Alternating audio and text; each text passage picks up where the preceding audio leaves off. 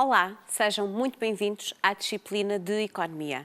O meu nome é Fátima Moreira e no bloco de hoje vamos abordar a moeda. Vamos refletir sobre a evolução que a moeda teve ao longo dos tempos e vamos ter ainda tempo também para analisarmos o processo de desmaterialização da moeda. Portanto, a questão que importa fazer é exatamente se a moeda terá assumido desde sempre a forma como hoje a conhecemos. O que é que te parece? Será que desde sempre existiram euros, notas e moedas como hoje conhecemos e utilizamos no nosso dia-a-dia? Para dar resposta a esta questão, convido-te a assistires ou a embarcares comigo numa visita guiada ao Museu do Dinheiro. Espero que gostes.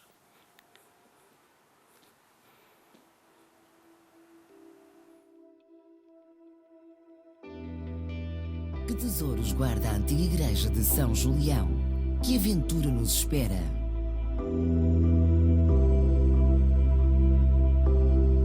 Esta antiga igreja acolhe agora o Museu do Dinheiro. Aqui podemos tocar numa barra de ouro verdadeira e ver o dinheiro como nunca vimos antes.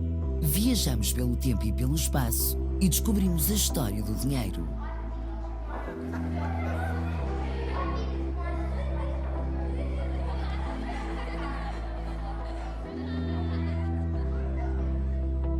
Podemos experimentar e aprender. Ver a primeira moeda de todo o mundo e a primeira nota também. Aqui encontramos os tesouros do museu e conhecemos a história que se esconde em cada moeda.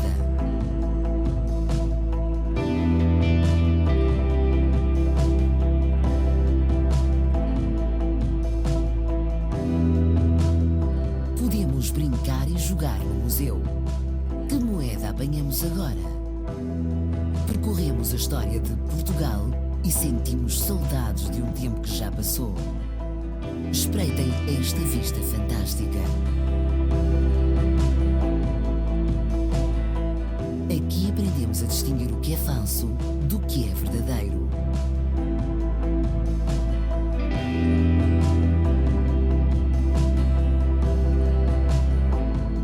Uma nota com a minha cara.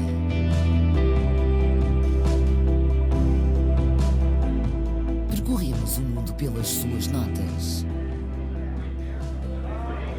E a vida pelas vozes de pessoas como nós.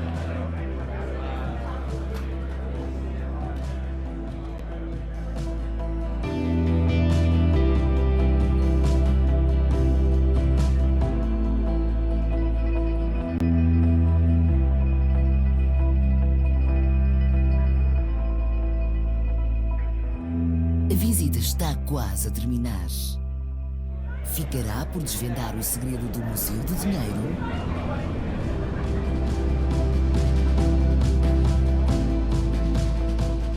Descobrimos um segredo que guarda mais de 1000 anos da história de Lisboa. Por agora, despedimos-nos do museu, mas esta aventura ainda não terminou.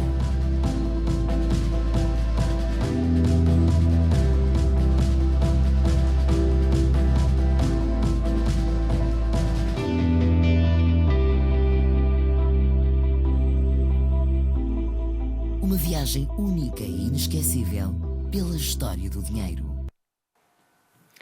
Gostaste da visita?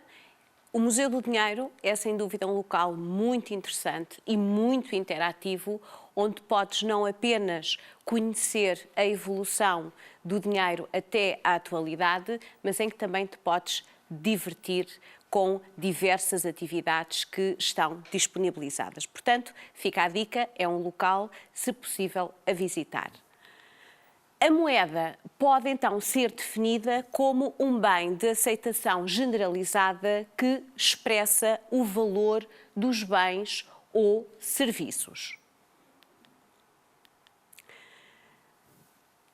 Mas, efetivamente, a moeda sofreu uma grande evolução desde os tempos em que as trocas eram feitas utilizando bens. Portanto, nesta altura não existia ainda a moeda metálica ou a nota como hoje a conhecemos e havia a necessidade de utilizar determinado tipo de bens para realizar as trocas comerciais. É então a moeda mercadoria. A moeda mercadoria são bens considerados moeda, uma vez que eram reconhecidos e aceites por todos os membros da comunidade. Estes bens eram efetivamente utilizados para comprar e vender outros bens, mediante a sua apresentação, e expressava também o valor de todos os bens. Vários são os exemplos da moeda mercadoria, desde o gado, o sal, o pano, os búzios, o vinho, o azeite, as peles. Portanto, estes bens serviam como intermediário nas trocas comerciais. A chamada moeda mercadoria. Mas esta moeda mercadoria apresentava inúmeros inconvenientes. Vamos ver rapidamente quais eram eles. Um desses inconvenientes era o facto de esses bens também serem utilizados para fins não monetários, visto serem bens utilizados para o consumo ou a utilização pessoal. Por outro lado, alguns destes bens eram muito difíceis de se poder dividir em pequenas parcelas, de forma a corresponder com alguma exatidão à mercadoria que nós realmente queríamos trocar e ao valor expressivo dessa mesma mercadoria. Por outro lado, muitas vezes o seu transporte também constituía um obstáculo, especialmente se se tratasse de bens com um grande volume. E, finalmente, havia uma grande dificuldade em guardá-lo no tempo, visto que alguns destes bens poderiam perder as suas características. Para evitar e ultrapassar todos estes inconvenientes, aparece-nos a moeda mercadoria em metal, ou seja, a chamada moeda metálica. A moeda metálica começou inicialmente a ser pesada, portanto, o seu peso correspondia ao valor exato que representava. Para ultrapassar os erros de pesagem, a moeda pesada passou também a ser contada, ou seja, adotou a forma de pequenos discos metálicos com pesos determinados, bastando contar os discos para determinar qual a quantidade de metal precioso que era utilizado naqueles pequenos discos.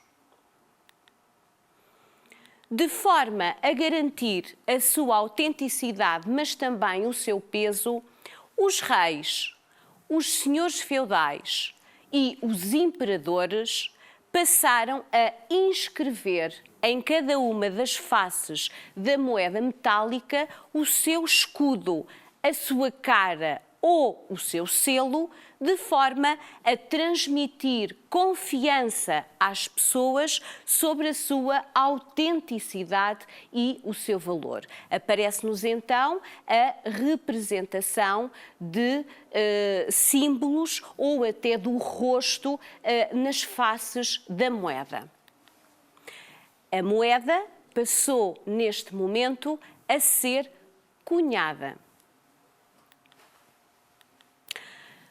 Dois exemplos que eu gostaria de vos apresentar da moeda metálica. O primeiro é o dinheiro, a primeira moeda cunhada no Reino de Portugal. E a segunda é o morabitino, que foi a primeira moeda de ouro portuguesa. Portanto, ficam aqui a nota e os exemplos das primeiras moedas a serem utilizadas em Portugal. No final da Idade Média, a intensificação do comércio obrigava ao transporte de elevadas quantias de moeda, o que se tornava bastante perigoso devido à insegurança que existia. E para ultrapassar este grande problema, quer da insegurança, quer da necessária troca de moeda pela utilizada noutra região, porque dependendo das regiões, assim a moeda ia variando, foi criada a letra de câmbio. Temos aqui um exemplo de 1552. As letras de câmbio eram, assim, cómodas, mas também seguras e, portanto, as trocas comerciais evoluíram imenso com a utilização das letras de câmbio. Estas letras de câmbio passaram a ser aceites como meio de pagamento, pois representavam o ouro e a prata que antecipadamente eram depositadas nos bancos. A moeda assumia desta forma um suporte em papel e era denominada por moeda-papel. A moeda-papel era uma moeda representativa do ouro e da prata, como já disse anteriormente, depositados no banco e era convertível nesses mesmos metais. Agora, dar aqui uma dica à história dos ourivos para continuarmos a nossa evolução, o estudo da evolução da moeda ao longo dos tempos. Ao longo dos tempos, muitas coisas já foram utilizadas como dinheiro. A única coisa que era preciso garantir era que fosse transportável e que um grande número de pessoas o utilizasse no seu dia-a-dia para comprar roupas, comidas e outras coisas que necessitassem. Já se utilizaram conchas, cacau, pedras preciosas e até penas como dinheiro. Mas o ouro e a prata sempre foram muito atrativos para as pessoas e fáceis de trabalhar. Por isso, os ourivos facilitaram muito o comércio quando começaram a fundir em moedas standard, ouro e prata, que podiam ser utilizadas no comércio e nas trocas comerciais no dia-a-dia. Para proteger as suas novas moedas de ouro, o ourivos utilizava um cofre. E claro que as outras pessoas também começaram a bater-lhe à porta para salvaguardarem as suas próprias moedas. E muito rapidamente o ourivos viu as suas prateleiras cheias de moedas de ouro e ao mesmo tempo a ganhar dinheiro com o aluguer. Passados muitos anos, o ourivos começou a fazer uma observação astuta. Os seus depositantes raramente vinham levantar as suas moedas de ouro e muito menos vinham todos ao mesmo tempo. Isto acontecia porque os recibos que o ourivos passava aos depositantes estavam a ser utilizados no mercado como moeda de troca e com muitas vantagens, porque eram mais fáceis de contar e mais fáceis de transportar e como tinham as quantias escritas no próprio papel, eram mais fáceis de trocar. Durante todo este tempo, o ourivos sempre emprestou as suas moedas de ouro, cobrando juros. Mas quando os recibos em papel começaram a ser largamente utilizados no mercado, as pessoas começaram a preferir pedir os seus empréstimos em papel em vez de pedirem as moedas de ouro, porque eram muito mais práticos. Com a expansão da indústria, mais e mais pessoas começaram a pedir empréstimos em papel. Isto deu ao ourivos uma ideia ainda mais interessante. Ele já sabia que os seus depositantes raramente vinham levantar as suas moedas de ouro. Por isso, por que não dar empréstimos em papel contra as moedas de ouro dos seus depositantes, além das suas próprias moedas? Desde que os empréstimos fossem pagos, os seus depositantes nem sequer precisavam de saber, porque não estavam a ser prejudicados. Mas o mais importante é que o ourivos conseguiria muito mais lucro a fazer estes empréstimos adicionais contra o ouro dos seus depositantes. Ora bem, e de forma a regular a situação de emissão de mais papel do que o ouro e a prata que tinham sido depositados nos cofres, o Estado interveio e chamou a si a exclusividade da emissão da moeda. Portanto, temos aqui pela primeira vez a participação ativa no Estado, no sentido de controlar este processo. Portanto, o Estado passou a decretar a obrigatoriedade da aceitação da moeda papel, tornando assim o seu curso forçado, e determinou também que a moeda passava a ser inconvertível em metal precioso. A moeda passa a circular neste sentido com base na confiança dada pelo Estado. O que é que isto significa? Significa que passou a ser uma moeda fiduciária, sendo a sua emissão superior ao valor do ouro que se encontrava depositado. A moeda papel agora transforma-se em papel-moeda. Queres conhecer a história do papel-moeda? Sim? Então, tenho um vídeo da Fundação Doutor António Cupertino de Miranda, do Museu do Papel-Moeda, que responde a esta questão. O papel-moeda apareceu pela primeira vez na China, no ano 650 da nossa era, em plena dinastia Tang, emitido pelo Tesouro Imperial da China. O museu possui este exemplar. Em Portugal, considera-se que as apólices do Real Erário, que apareceram em 1797 no reinado de Dona Maria I, foram a primeira forma de papel-moeda. Devido à grave situação económica de Portugal, Dona Maria I decretou a emissão de um empréstimo obrigacionista de 10 milhões de cruzados, que vencia juros de 5% ao ano e tinha um prazo de amortização. Agravando-se as dificuldades económicas, os juros deixaram de ser liquidados e as amortizações não se realizaram. A determinada altura, passou a ser possível dar em pagamento ao Estado as apólices e, assim, tiveram um curso forçado. Posteriormente, já no século XIX, a Junta de Crédito Público deu baixa das mesmas, pelo que deixaram de ter qualquer valor. Quem as tinha, ficou com elas para recordação. Daí, hoje aparecerem bastantes, principalmente das últimas emissões. As apólices eram documentos de grande riqueza de desenhos alusivos às atividades agrícolas. O museu possui quase a totalidade de variantes de datas, valores e desenhos. Os valores iam de 1.200 reis a 20.000 reis. Foram emitidas de 1797 até 1807. As de 1.200 reis apareceram a partir de novembro de 1797, só tendo sido emitidos 800 exemplares nesse ano. O museu possui este exemplar raríssimo. Porquê raríssimo? Porque as apólices eram amortizadas ao fim de um ano, dando origem a um novo desenho e a nova data. No início do século XIX é fundado o primeiro banco português, não no continente, mas no Brasil. Dom João VI criou, por alvará régio de 12 de novembro de 1808, o Banco do Brasil, para fazer face às despesas surgidas pela ida da família real para o Brasil e pelo crescimento económico deste país. O museu tem os únicos 3 exemplares conhecidos em Portugal.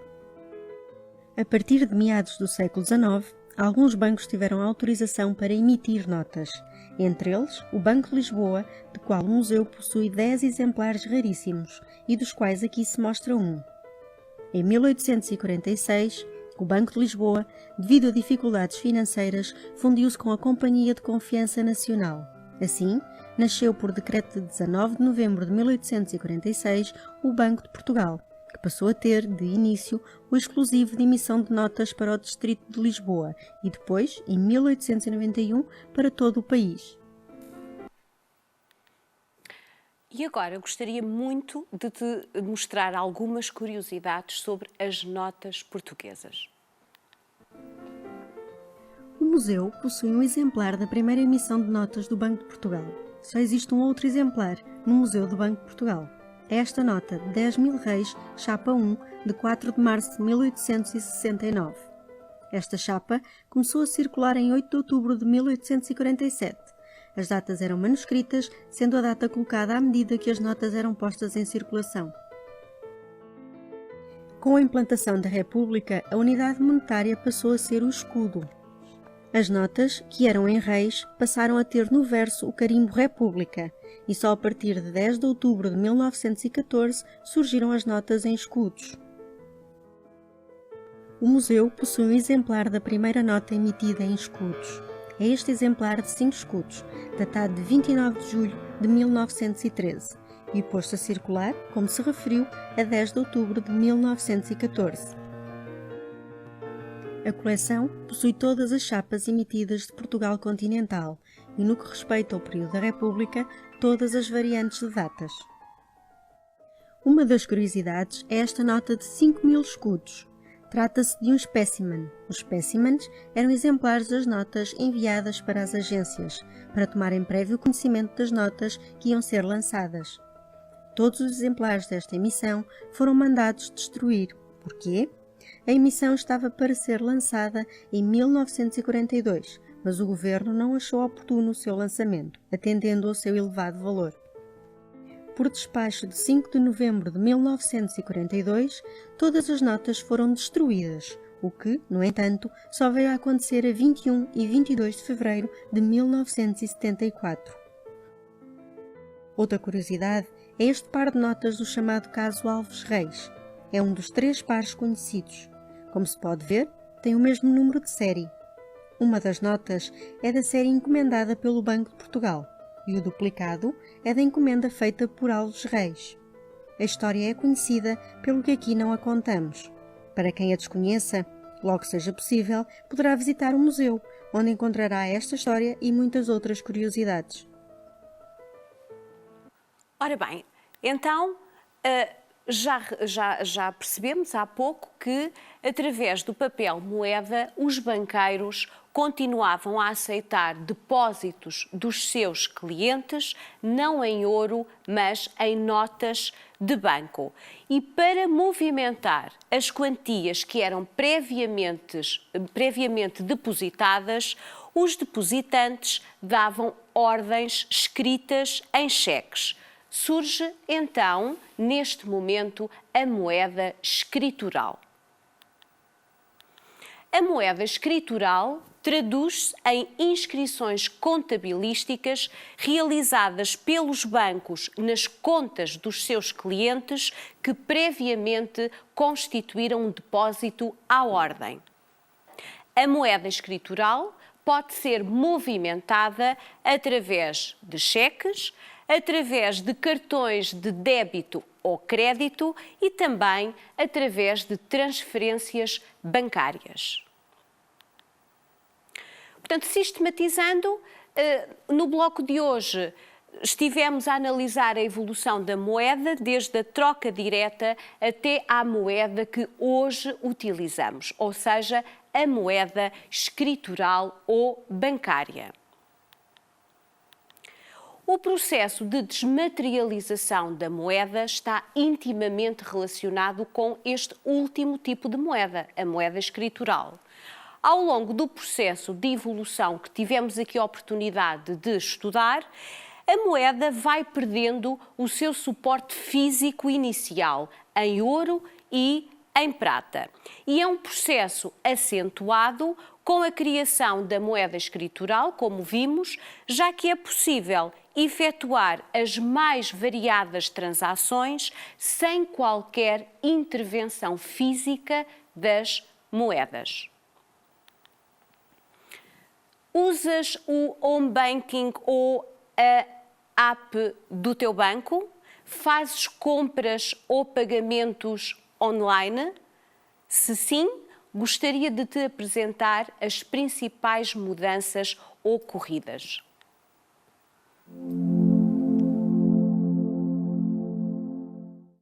Usa o home banking ou a app do seu banco? Faz compras ou pagamentos online?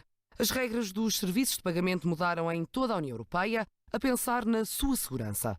A partir de agora, é provável que tenha de introduzir outros elementos de autenticação, além da habitual palavra-passe ou PIN, para fazer este tipo de operações. Por exemplo, quando aceder ao home banking ou à app do prestador de serviços de pagamento, pode ser-lhe pedido um código enviado por SMS para o seu telemóvel ou um dado biométrico, como a impressão digital. Esta forma de autenticar cada pessoa chama-se autenticação forte ou autenticação de 2 fatores e torna as operações ainda mais seguras. A autenticação forte não é nova, é possível que já lhe tenha sido solicitada, por exemplo, para fazer transferências ou pagamentos através do home banking ou da app do seu banco. Mas, a partir de agora, este procedimento será exigido noutras operações e poderá ser-lhe pedido que introduza outro elemento além da tradicional palavra-passe. Para fazer compras online com cartão, para aceder online à sua conta, para fazer transferências online, quando quiser consultar os movimentos da sua conta ou até quando pretender consultar e alterar outra qualquer informação da sua conta. Sempre que lhe for solicitada, a autenticação forte é obrigatória para concretizar a operação. Em caso de dúvida, contacte o seu banco ou o seu prestador de serviços de pagamento, informe-se sobre os procedimentos a adotar para continuar a fazer as suas operações sem complicações. E não se esqueça, mantenha sempre atualizada a informação e os dados de contacto que forneceu ao seu banco ou prestador de serviços de pagamento. Com a autenticação forte, poderá fazer as suas operações com segurança acrescida, mas com a simplicidade de sempre. Não te esqueças que a segurança, no que diz respeito ao dinheiro, é extremamente importante. Portanto, toma atenção com as compras se realizares operações online. O desafio para o bloco de hoje é que consultes a página do Museu do Dinheiro, do Banco de Portugal, e que conheças com maior pormenor a evolução da moeda. Como síntese, dissemos que a moeda é um bem de aceitação generalizada que expressa o valor de todos os bens. Dissemos que a moeda passou por um processo de evolução até aos dias de hoje, que atualmente existem 2 tipos principais de moeda, a moeda de curso forçado e a moeda escritural ou bancária, e falámos ainda do processo de desmaterialização da moeda, que se refere ao progressivo e longo processo pelo qual a moeda foi perdendo o seu valor intrínseco, desligando-se do seu suporte material. Espero que tenhas gostado do bloco de hoje, espero por ti para um próximo bloco e até lá, fica bem.